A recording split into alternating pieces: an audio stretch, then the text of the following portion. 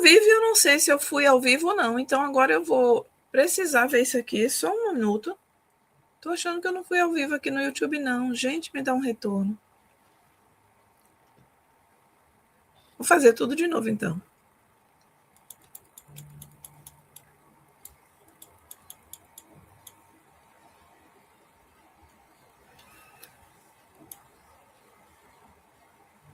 Um minuto, deixa eu checar aqui.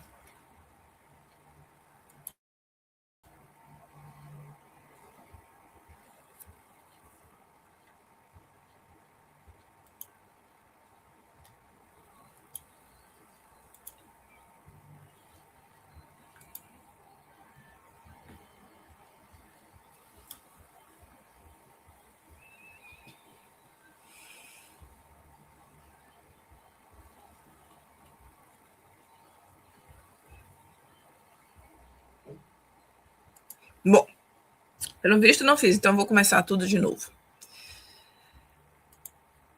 Existe algo muito profundo na figura de uma mãe. A Bíblia diz que a mulher sábia edifica sua casa e que a instrução da bondade está em sua língua.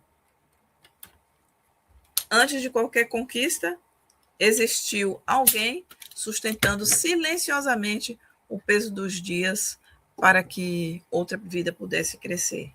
7 meses, 8 meses, 9 meses, o tempo que nós passamos, que você, eu, passamos no ventre de uma mulher, a nossa mãe, a sua, a minha mãe.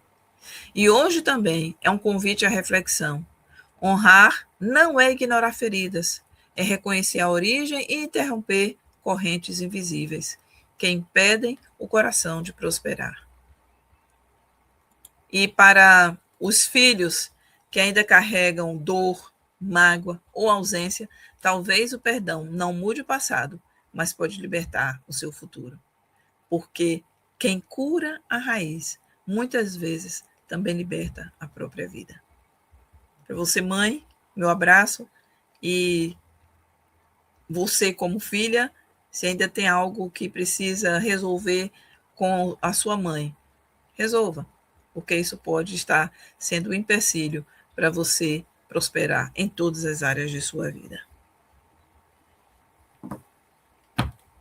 E agora vamos então ao nosso 7º dia de live, quando nós estamos aqui conversando sobre a pressão que tem sido exercida sobre você, como mãe, como educador, como mãe, como pai, como educador, como profissional que trabalha com criança, ou um gerente, um decisor, um diretor de empresa, porque isso está custando às pessoas ao seu redor um preço muito alto. Quantas pessoas convivem com você diariamente e têm visto uma versão sua que você nunca quis se tornar? Aquilo do ouvir pelas costas, né? Ah, fulano, tal e tal e tal. Ah, fulano, isso, aquilo, outro. Isso é a versão que você nunca quis se tornar. E se a maior consequência da pressão não fosse o seu cansaço, mas o impacto silencioso que ele gera no ambiente, nas relações e nas decisões que dependem de você? A maioria das pessoas percebe o burnout, percebe que o burnout apenas, a maioria das pessoas percebe o burnout apenas quando o corpo colapsa, mas muito antes disso, algo mais perigoso já aconteceu. Foi a redução na presença emocional, a perda de profundidade nas decisões, a irritação silenciosa, endurecimento emocional, comunicação automática e relações funcionais, porque emocionalmente elas são vazias. O problema é que isso raramente parece grave no início, apenas parece normal. Faz sentido para você? Ao longo desses dias, a pressão contínua muda o ambiente antes mesmo de mudar os resultados. Crianças percebem, equipes percebem, parceiros percebem e os clientes percebem, mesmo quando ninguém comenta com você. Porque seres humanos respondem mais ao estado emocional que recebem do que às palavras que escutam. As nossas emoções antecedem a nossa chegada e a nossa palavra. Ao longo desses dias, nós aprofundamos aqui alguns conceitos. 1. A clareza sob pressão. Decisões perdem qualidade quando o emocional opera em sobrevivência. 2. Dia 2. A falta de tempo. Era falta de tempo ou falta de clareza? O problema raramente era a agenda, e sim desgaste cognitivo acumulado. Dia 3. A perda da inteligência emocional.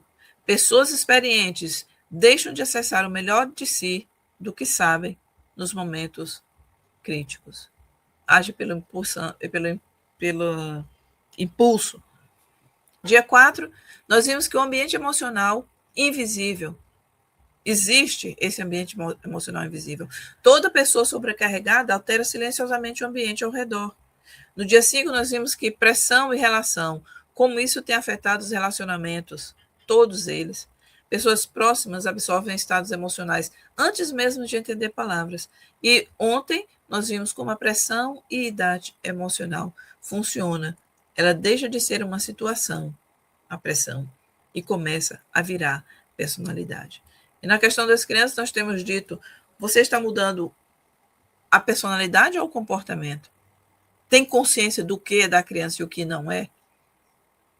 E isso se torna muito mais claro quando você já teve esse olhar para dentro de si mesmo e entende como as pessoas funcionam, quais são as características delas e o que na realidade é comportamento disfuncional. Então, talvez seja a hora de perceber que você começou a viver distante da pessoa que acreditava que seria. Por quê? O maior desgaste não é o excesso de responsabilidade. Muitas vezes você se tornou mais impaciente, mais acelerado, focando no que é fazer, menos disponível emocionalmente, está ali, mas não está com a cabeça nas nuvens, está fazendo uma coisa, mas está pensando em outra, menos presente, não vive o momento agora e muito menos leve. Isso dói, porque parte de você sabe disso, mesmo quando continua funcionando. E esse funcionar é do piloto automático. Pessoas diferentes sofrem de formas diferentes. Começa a controlar excessivamente, perde escuta emocional, transforma urgência em padrão, usa apagar os incêndios, se irrita com a lentidão humana, fulana é leve, deixa eu passar por cima, o chamado trator, e sente que precisa sustentar tudo sozinho. Qual é a dor? Está sendo forte o tempo inteiro, começando a gerar isolamento emocional. Aos que estão vivendo pressão prolongada e tentam manter a energia social enquanto está socialmente, emocionalmente cansado. Aquele que está ali, é um selfie, uma foto, é um vídeo, vamos, estão ali, é uma festa, eu vou. Mas tenta manter a energia social, está presente em tudo. Mas, na realidade, sente dificuldade de desacelerar, de dizer não posso, não vou, não quero, não é meu momento, não é importante. E evita a profundidade emocional real. Usa distração para fugir do desgaste interno. E muitas vezes essa distração é algo que é forte no perfil, por ser uma pessoa criativa. Mas se torna um padrão começar e não terminar. Então, isso é a distração sendo gerada. E sente dificuldade de desacelerar. Continua ali presente, mas existe uma dor silenciosa, que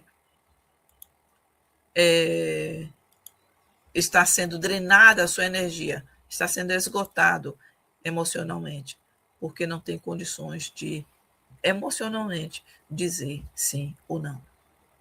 Existem aqueles que estão sob uma pressão prolongada e absorvem problemas dos outros. Evita conflito, porque não gosta mesmo de conflito, até explodir internamente. Permanece em ambientes emocionalmente pesados por tempo demais. Por quê? Ela não consegue se retirar. Ela quer ajudar, então acho que é obrigação dela ficar ali. E negligencia as próprias necessidades emocionais. Por quê? Cuida mais do outro do que de si. E por fora, continua parecendo tudo muito equilibrado, mas existe uma dor que é a de viver emocionalmente cansado, tentando manter paz para todos. E há aqueles que sofrem pressão prolongada por hiperanalisar decisões. Não toma uma decisão sem antes consultar 500 vezes o mesmo papel. Vive uma tensão mental constante. Sente dificuldade de relaxar, porque tem que decorar tudo, porque senão não é inteligente o suficiente para tomar uma decisão. Olha só. Torna-se excessivamente crítico consigo mesmo. E aí busca tanto perfeccionismo que acha que todo mundo é como esse padrão, é desse padrão. E então nunca confia ao outro uma responsabilidade. Ou nunca confia no outro, não relaxa, não tem como entender que o outro também tem capacidade de fazer algo. Então, emocionalmente doente. E o problema não é apenas o que a pressão faz com você, é o que ela começa a dizer como ser normal. Por quê? Nós, seres humanos, nos adaptamos facilmente ao próprio desgaste. Nós nos adaptamos facilmente ao próprio desgaste. E o que antes parecia exaustivo começa a parecer rotina. E a pergunta é: em qual momento sua vida começou a exigir tanto de você que sua presença emocional virou detalhe secundário?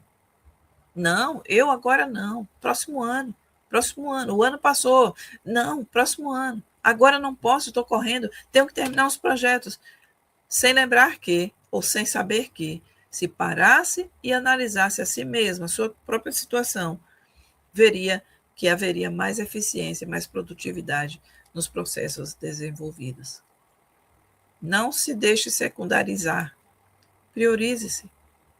Pessoas emocionalmente esgotadas continuam funcionando